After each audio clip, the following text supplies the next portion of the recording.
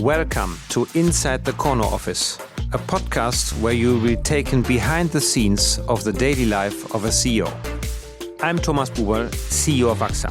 In each episode of this podcast, we will delve into a specific aspect of this role.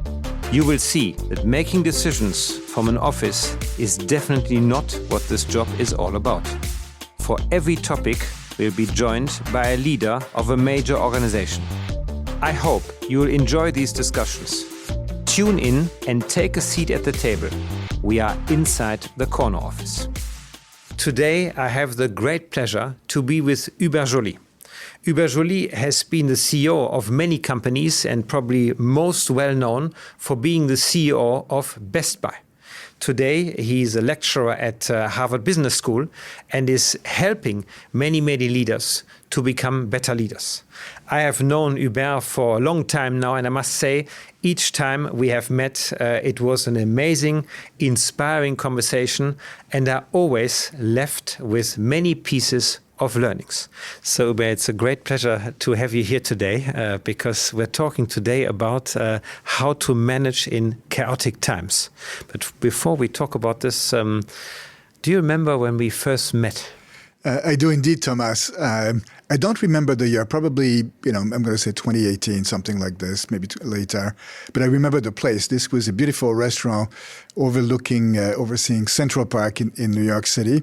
We had a beautiful breakfast, and to quote Casablanca, this was the beginning of a beautiful friendship for which I'm very grateful. My life is better because I've gotten to know you.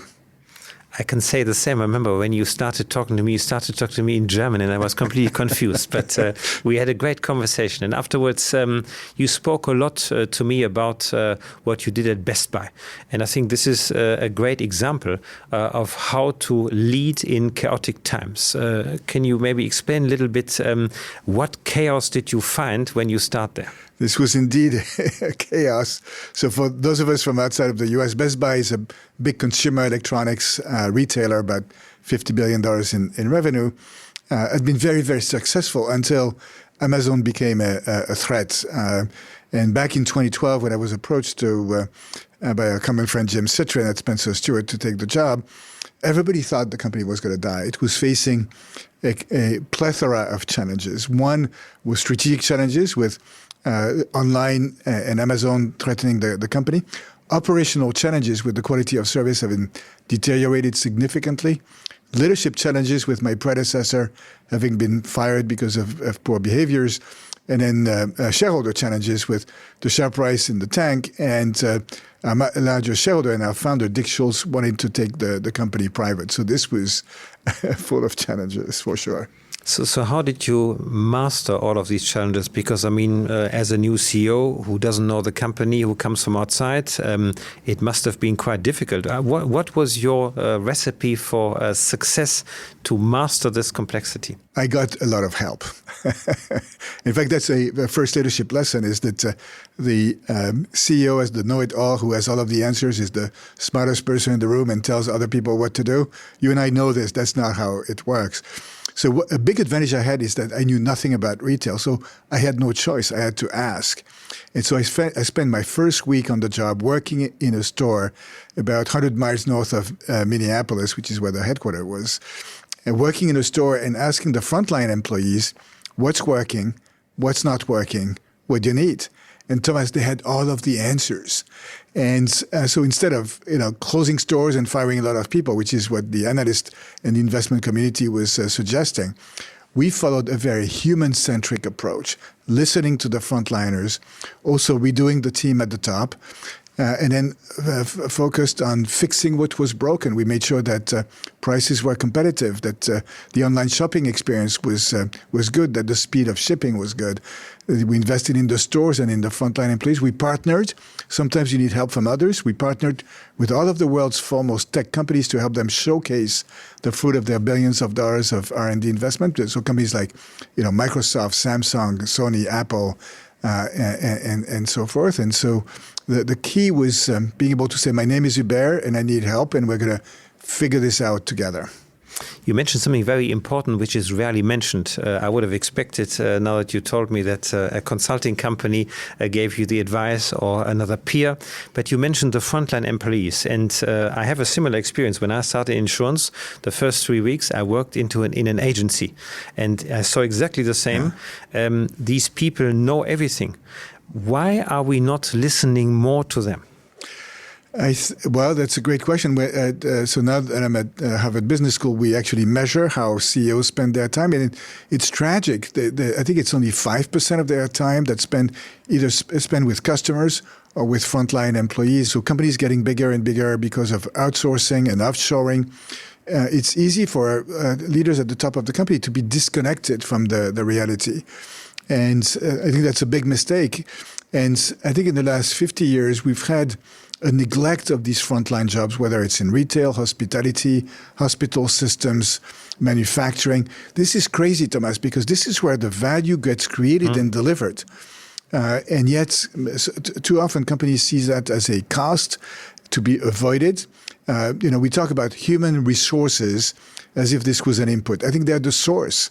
And another lesson, I think, from the Best Buy resurgence was that sometimes as leaders, we spend a lot of time on the what, defining what to do. One of the things I've learned is that how to do it is even more important, and why to do it.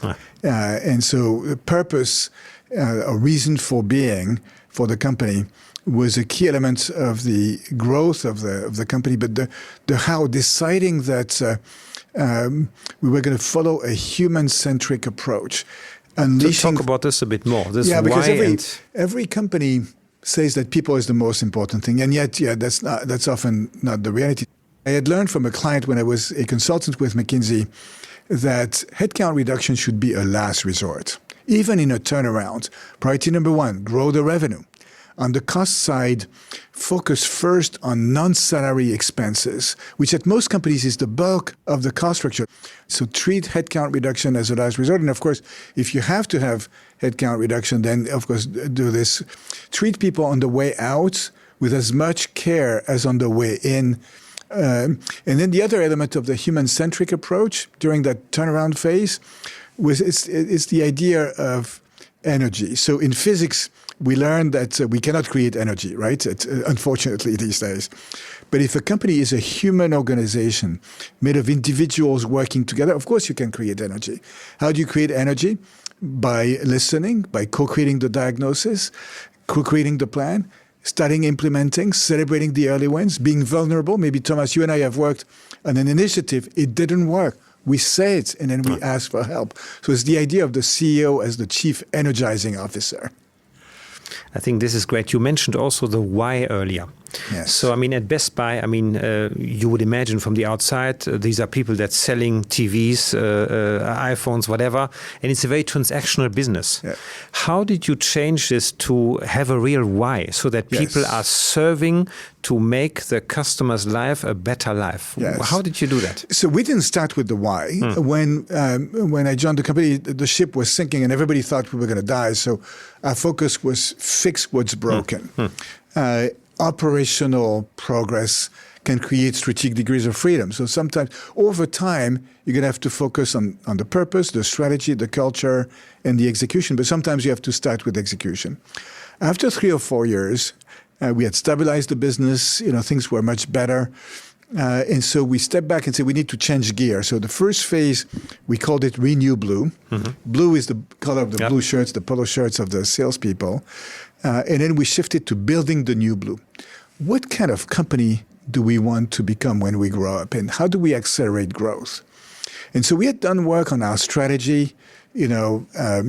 People listening to us know this, right? You pick the right segment, the right positioning, and then you imagine the kinds of services. So we were focused on people who love technology but need help with it, and we felt we could provide a better service. And that was all good work. But at some point, we stepped back and started to talk about our why. Let me share with you how it started. It started with a dinner of our executive team. Every quarter we would get together as a team to work on our plans, our progress, and so forth.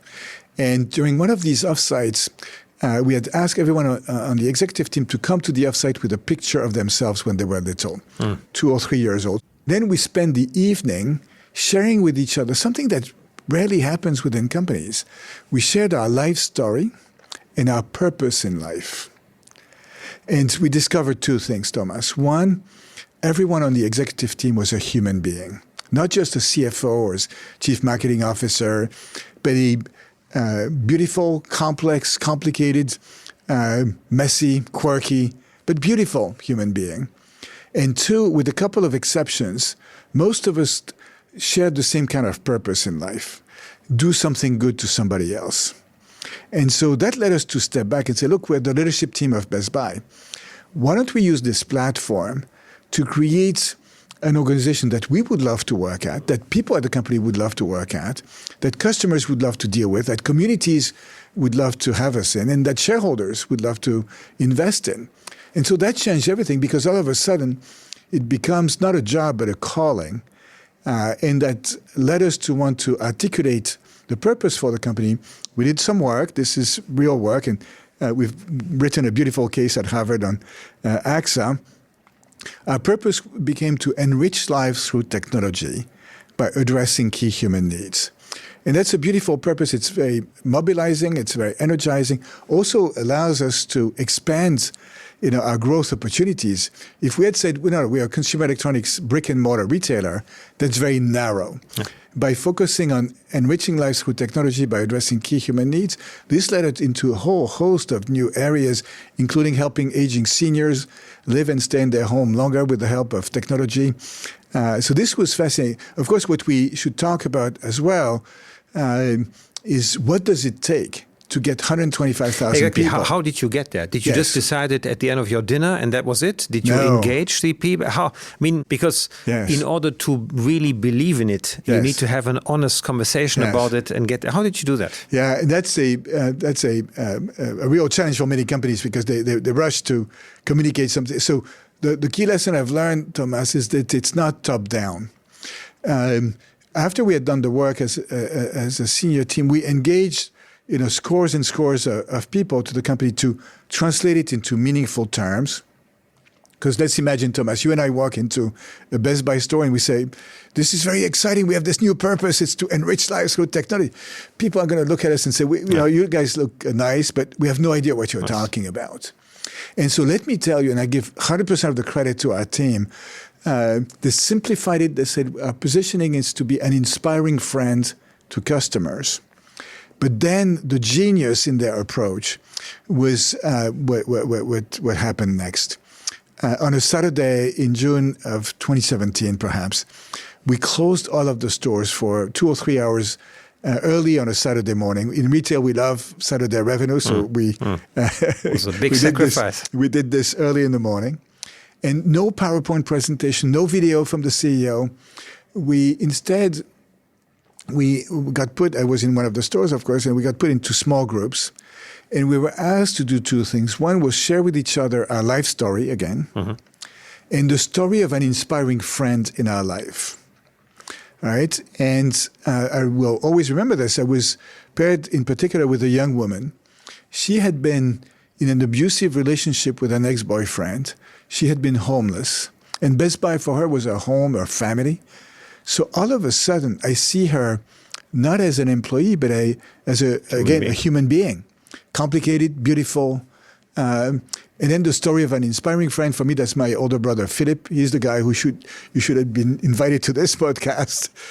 And then what we were told was what we are trying to do, which, by the way, we already do when we are at our best, which I love this concept, is to treat each other and the customers as other human beings, and treat each other and the customers not as walking wallets, but as if we were an inspiring friend to them.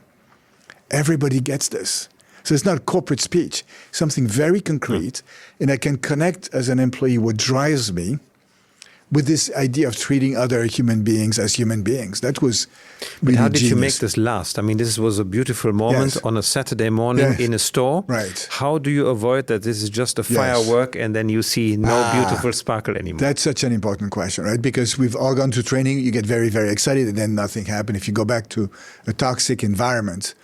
So the bulk of the work during that second phase of our journey, and maybe that's the place where I learned the most, was, okay, so purpose was interesting, strategy was important, creating the right environment, creating an environment that can unleash human magic, my words, where everybody at the company at scale can feel that when they go to work, it's a source of joy and they can be the best, biggest, most beautiful version of themselves. It's the idea of the leader.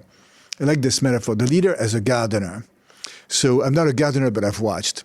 A gardener, in gardening, there's landscaping. You have to set the frame, but then it's making sure the soil is fertile and that the seeds, the initiatives, people can grow to their maximum potential. And for me, there's a few ingredients that can unleash that human magic. One is meaning, making sure that people have the potential to connect what drives them with their work. I had a store general manager, many of them, but when I remember visiting a store in Boston, he would ask everyone in the store, every one of the employees, about 100 of them, what is your dream? At Best Buy or outside of Best Buy, what is your dream? Okay, write it down in the break room. My job, he says, is to help you achieve your dream. It's human connections. My compatriot, your compatriot too, your French too, Thomas, René Descartes said, I think, therefore I am. I think he's wrong. It's I am seen, therefore I am. Making sure that every employee at the company feel that they exist, they're respected, they're valued, they belong, and they can be themselves. Autonomy and empowerment. As human beings, we don't like to be told what to do. So empowering the frontliners. How did you do that? Because, I mean, that's easily said, but how did you do it? So it's freedom within a frame. The frontliners in the stores don't get to decide what logo is on the storefront or, if we sell, this TV or that TV. But how they interact with each other and the employees, they get to decide. So we had made a mistake. For the salespeople. What intention? We had our best salespeople describe and define the best way to sell a TV, the best way to sell a computer, what questions to ask, what to say, how to do a demo. It was perfect, beautifully done, except all of the employees just hated it because it was too scripted.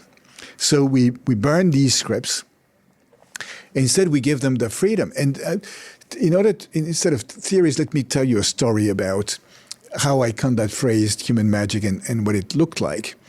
This was maybe 2017, 2018. So that also relates back to the topic about managing chaos. I mean, if you have complexity, you should delegate the decision down to the level that really is facing the customer. Yes. When you have a clear purpose, you also have a clear orientation. Yes. Certainly when you operate in foggy times. So we've spoken about the chief excitement officer or chief energy officer, and we spoke about the frontline. We haven't really managed, the intermediate layers of the organization. Does it mean we don't need them anymore when we need to manage chaos? How did you deal with that? So the frontline managers and the middle managers have a key role to play, but it's not the traditional role. The frontliners don't need people to tell them, for example, whether they are achieving their numbers or not. They can read a spreadsheet.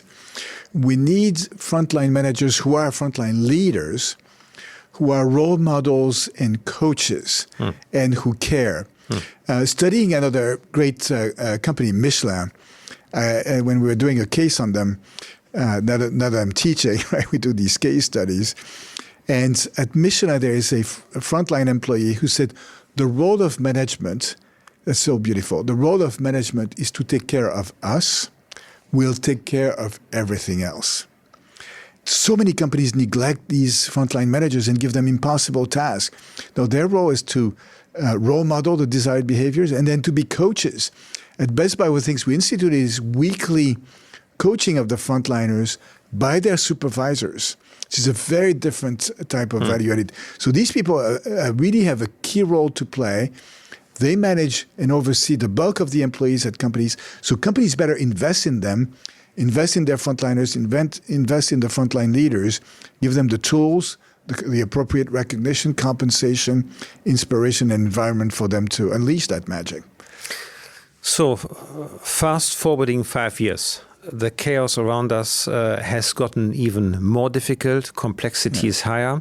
If you were to tackle the same approach again today, or you would consult Hubert, one of your many good CEO friends, what would you change in your approach had you do it again today in a very different and even more complex environment? Yeah, I think it's important to underscore how challenging the environment is. We're going through, multiple intersecting crises.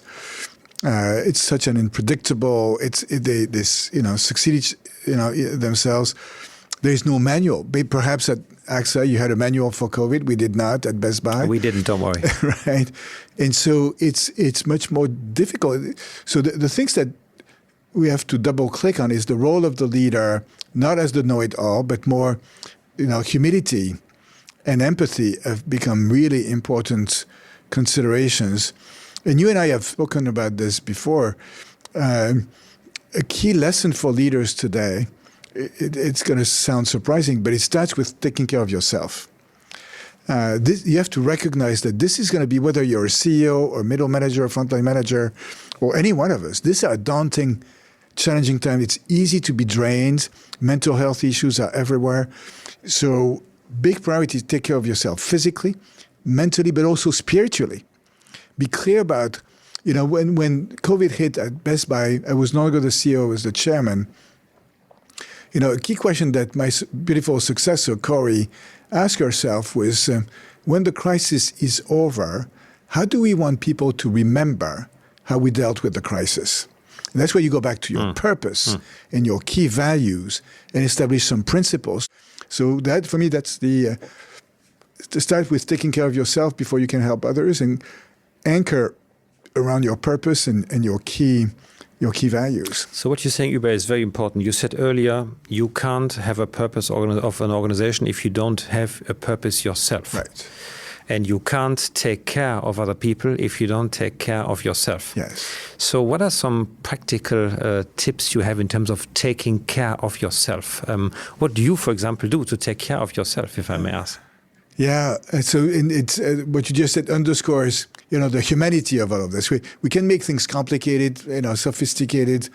It's all about shareholder value creation. It's about sophistication of strategy. No, all of this is a human adventure, right? So we have to go back to this. So taking care of ourselves. It's interesting when I, with the next generation of leaders, people immediately go to their physical health. Need to eat well, sleep, exercise. These are important things. Then they often go to mental health, which is a bigger and bigger issue. So that's where, being surrounded by friends, getting help from a coach or a spiritual director or a mentor, a significant other, your friends.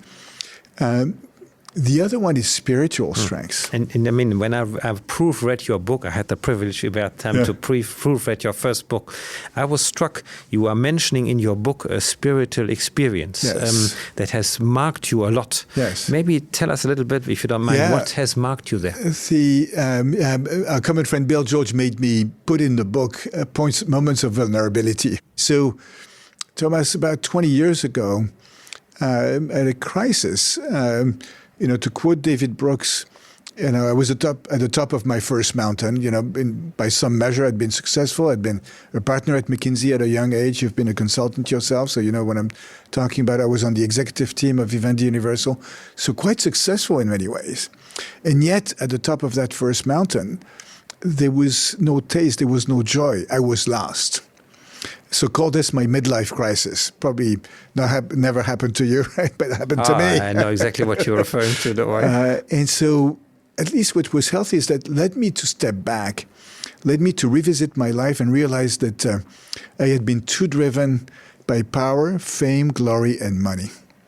And for some people, these may be good drivers, but for me, these were not good drivers. And I got lucky. A former client of mine, Yves Lesage, invited me to participate in the the spiritual exercises of Ignatius of Loyola, the founder of the Jesuits. And that ended up being incredibly helpful for me. The spiritual exercises, you don't need to be religious. There's other approaches like this. The course at Harvard that Bill George created around authentic leader development follows the same pattern. It starts by revisiting your life and understanding what gives you joy in life, what drains you, and learn from that. And it's a good exercise to repeat that on an ongoing basis. It helps you discern your values, what's going to be important to you. It helps you discern your calling in life. A very healthy exercise, we ask the new CEOs who come to our new CEO workshop at Harvard, we ask them to deliver their retirement speech. And my wife, Hortense, who's one of the foremost CEO leadership coaches in the world, she asks her clients to think about their eulogy. And so having this ongoing reflection and dialogue and training your soul, we like to exercise physically, really important to also exercise our soul so that, we're aligned. We know who we are. We accept who we are. That doesn't mean that we don't work on our opportunities, but we accept who we are.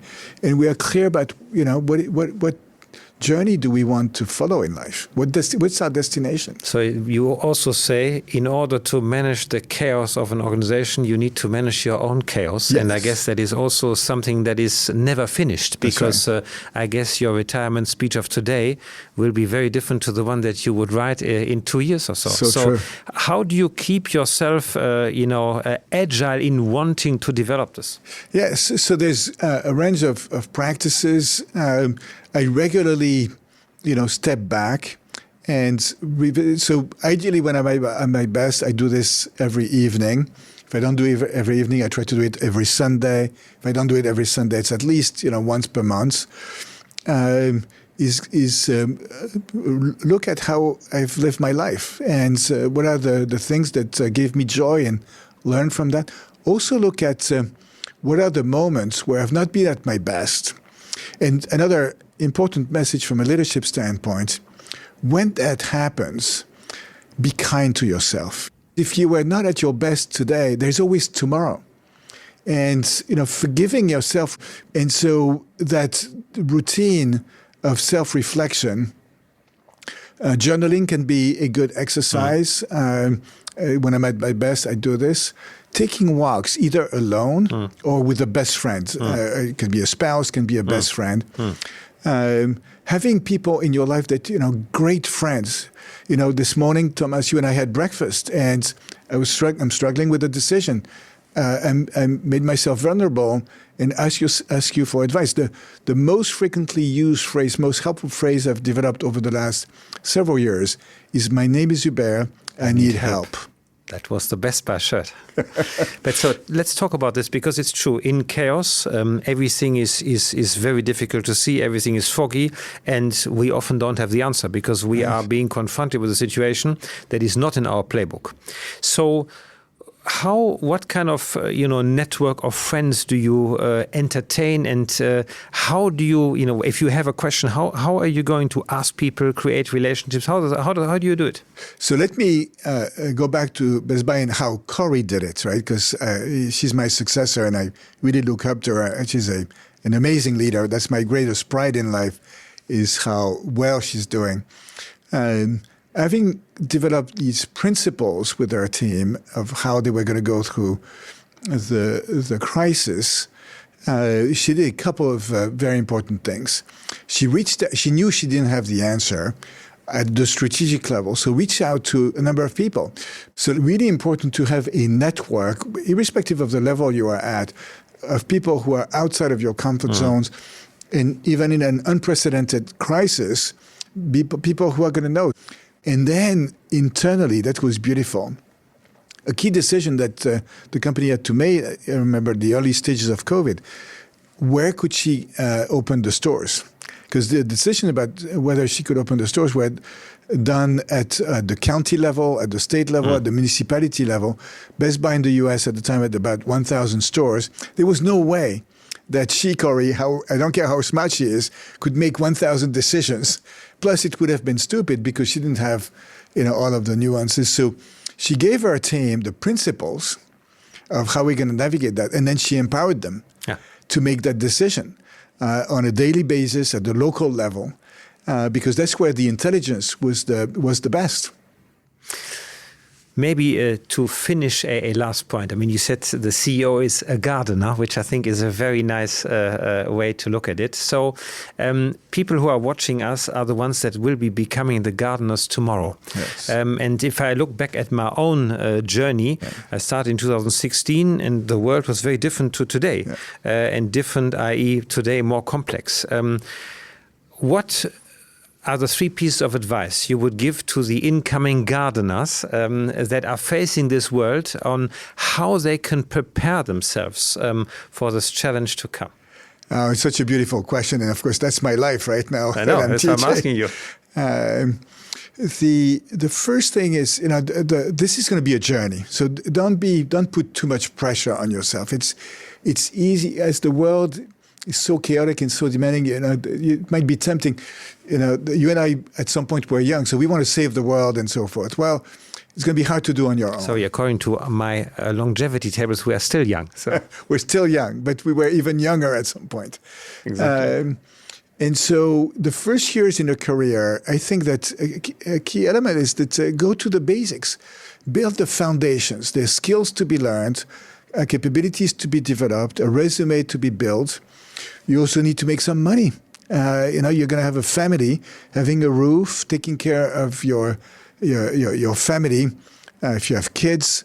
So in the love thy neighbor, idea, taking care of yourself and people around you is a first priority. And because then if you've built the foundations, then you can do bigger things. If you don't have strong foundations, it's going to be hard to build a big cathedral. Really important is make sure you work in companies whose values are aligned with yours. You don't want to, lose your soul as part of this process. But take your time. It's going to be a journey. It's going to be a marathon, which goes back to this idea of taking care of yourself and so forth. Over time, try to discern. You don't have any pressure. The time when I became really clear about my purpose in life was more in my 40s and 50s. But try along the journey to discern what gives you joy and energy, what leads you to be the better version of yourself as opposed to a person you don't like. And so that over time you can discern what's going to make you a better person. Do you want to be the richest person in the graveyard, in the cemetery? Is that who you want to be? Or do you want to be remembered because you've touched other people's life? Take your time to discern that. And the last thing I would say, Thomas, is that it's an encouragement to the next generation of leaders, right? Is the world chaotic today? Yes. Does the world need better and more leaders, more effective leaders? Absolutely. I was going to say, hell yes, but that would be from Minnesota. So absolutely. And I hope that, we can all feel that maybe in 10 years from now, 20 years from now, people will say, yes, this was a chaotic time, but this was their finest hour. And they raised to the occasion and they found ways. These were not perfect human beings. The quest for perfection, that's another discussion, but that's not a good thing.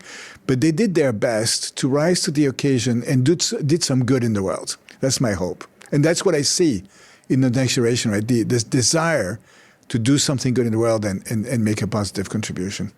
So, Hubert, thank you very much for being here and thank you for this fascinating conversation. It was so rich, it's almost impossible to make a conclusion. Let me give it a try, and there's 3 things I want to take away and I have personally learned. I think, number 1, we are not investing enough in our frontline employees. When we are in chaotic times, we need to empower those who are at the customer interface and who know what is right. And it was fascinating to see that you have learned on so many occasions that the solutions are there. You just need to go to the frontline shop. First topic. Second topic, I think purpose becomes extremely important and is almost like the social glue in a company when things are complicated, when things are difficult, and when you need to take a decision without being able to always ask everybody for a consensus. And I think the third one is you said something very true about life. Life is a journey that has sometimes areas where you accelerate, areas where you take the wrong turn and you have to go back on the main road again. And you should stay calm around it. Things will happen, they will happen. Talk to as many people as you can, because this gives you inspiration for your own journey, because it's clear, when you don't have a clue around your own journey, you cannot teach other people and a company of where the journey should go. Thank you so much. It was, as usual, a great discussion with you, and it reminds me of the first breakfast we had in New York with a fantastic view on Central Park. Thank you. And thank you, Thomas, for being such a dear and inspiring friend. I always look up to you and learn from you, and you're doing such important work at the head of AXA. It's a big responsibility, but very grateful that you're exercising all of your talents in support of that very important purpose of yours. With your support. Thank you very much, Hubert. Thank you.